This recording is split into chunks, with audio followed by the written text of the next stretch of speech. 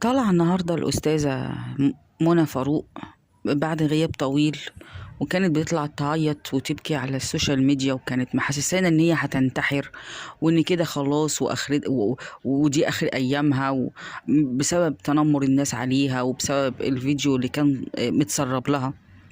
طالعة النهاردة تجيب في سيرة اللي فات وتحكي فيه وتقول انا ناوية ابقى بجحة.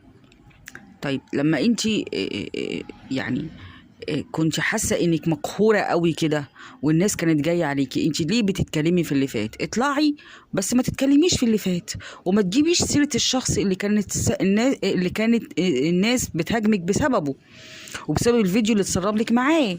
ده امور، وده راجع مش عارفه ايه وناويه ابقى بجحه. امال اللي فات ده كان ايه حضرتك؟ لما انت ناويه تبقي بجحه كان بروفا؟ يعني عيب.